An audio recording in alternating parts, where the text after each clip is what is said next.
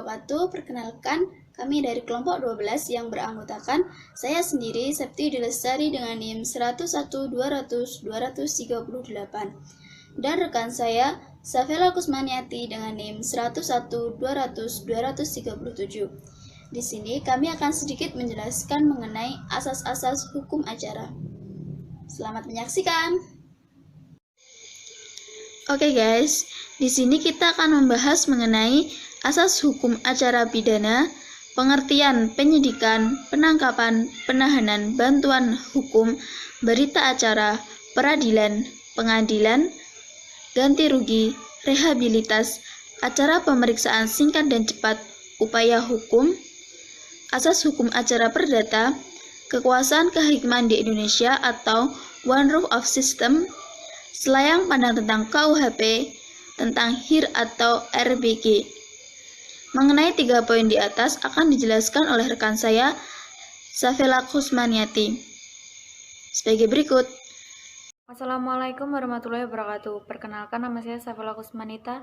Di sini saya akan menjelaskan tentang asas hukum acara pidana, pengertian penyelidikan, penyidikan, penangkapan, dan lain-lain, serta asas hukum acara perdata.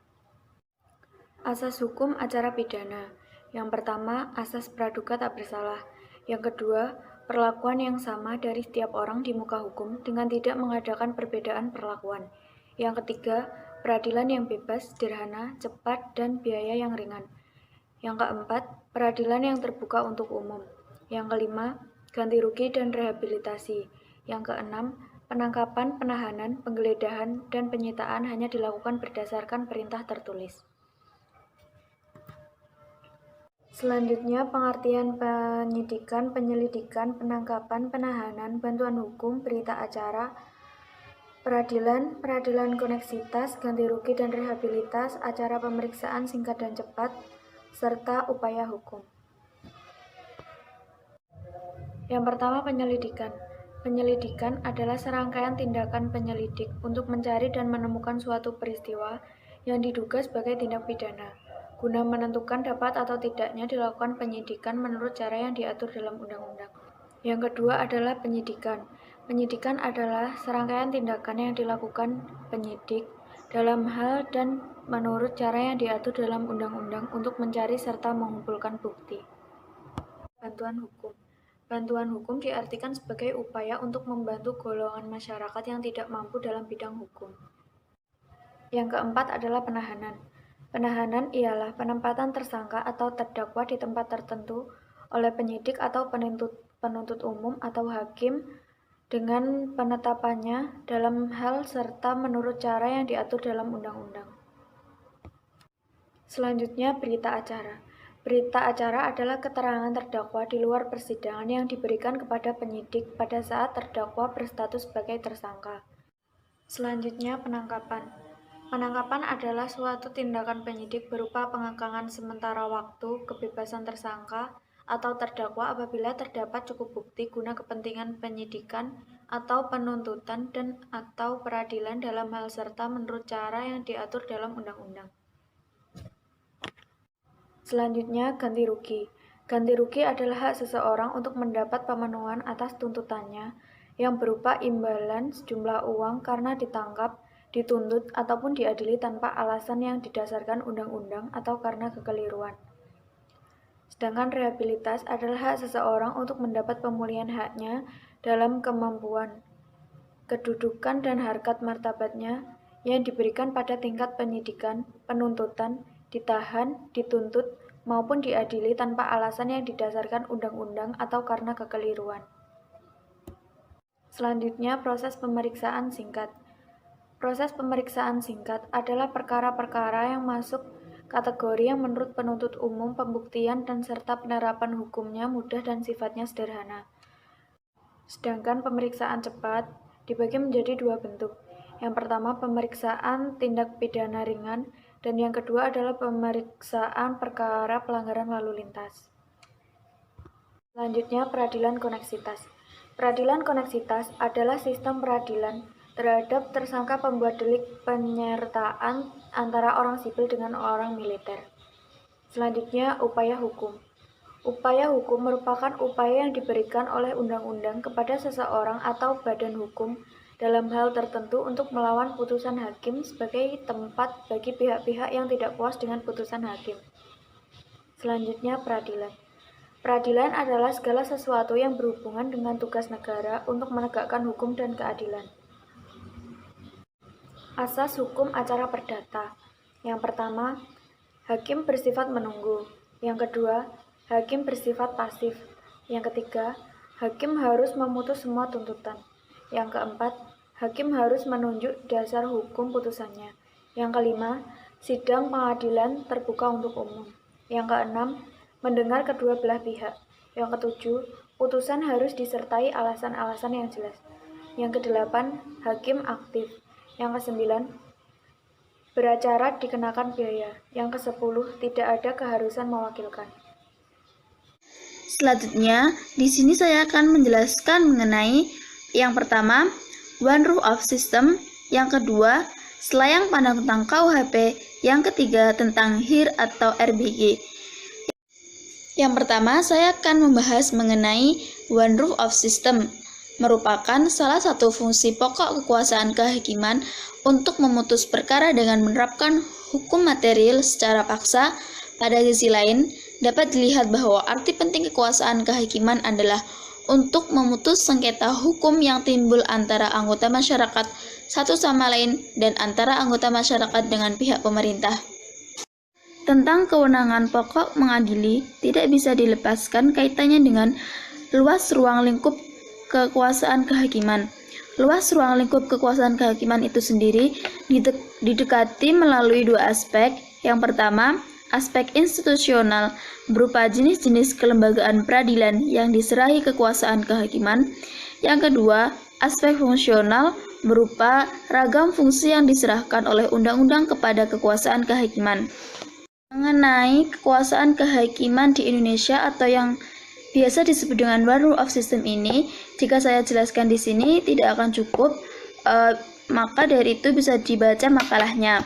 Dan pada pembahasan ini akan membahas mengenai kekuasaan kehakiman pada masa pemerintahan Hindia Belanda dan kekuasaan kehakiman masa pemerintahan militer Jepang, dan yang terakhir kekuasaan kehakiman setelah kemerdekaan Republik Indonesia. Jadi di sini kita akan membahas mengenai sejarah kekuasaan kehakiman dari masa kolonial Belanda hingga setelah kemerdekaan di Indonesia. Yang pertama, kita akan membahas mengenai kekuasaan kehakiman pada masa pemerintahan Hindia Belanda. Pada masa ini, kekuasaan kehakiman dilaksanakan oleh 4 badan peradilan. Peradilan yang dimaksud terdiri dari yang pertama, peradilan gubernemen, ini meliputi seluruh wilayah Hindia Belanda.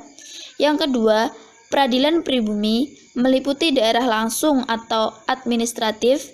Yang ketiga, peradilan swapraja atau meliputi daerah otonom. Yang keempat, peradilan desa. Dan pada masing-masing jenis peradilan tersebut dimungkinkan pula adanya sejenis kamar berupa kamar peradilan agama.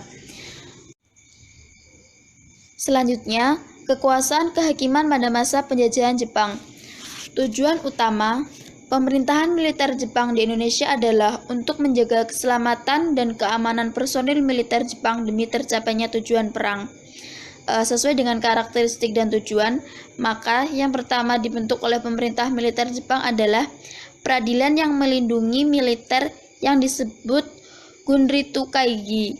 Seiring dengan itu, Gunritu Kaigi berwenang mengadili tindak pidana yang pada pokoknya dikualifikasi sesuai kejahatan yang bersifat mengganggu, menghalang-halangi, dan melawan bala tentara Jepang. Jenis hukumannya dapat berupa pidana penjara, pidana pembuangan, pidana denda, dan pidana mati.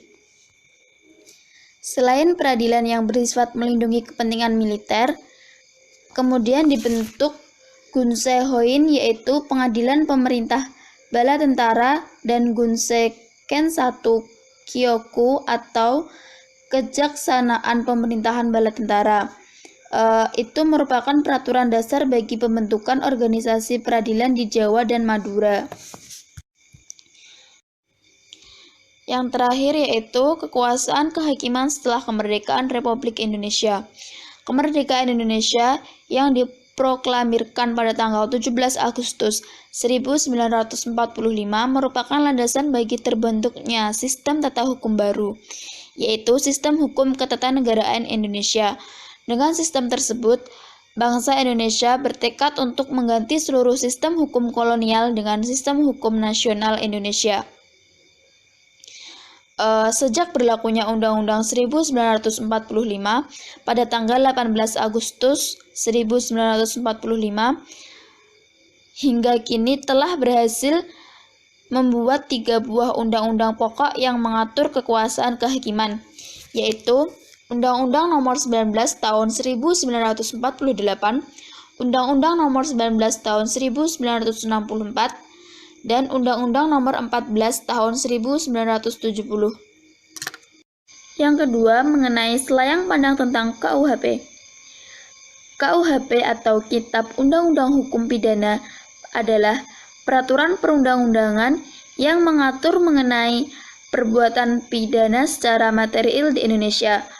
KUHP yang sekarang diberlakukan adalah KUHP yang bersumber dari hukum kolonial Belanda. Kemudian, setelah kemerdekaan, KUHP tetap diberlakukan disertai penyelarasan kondisi berupa pencabutan pasal-pasal yang tidak lagi relevan. Kemudian, penyusunan Kitab KUHP yang baru untuk menggantikan Kitab Undang-Undang Hukum Pidana peninggalan pemerintah kolonial Belanda dengan segala perubahannya.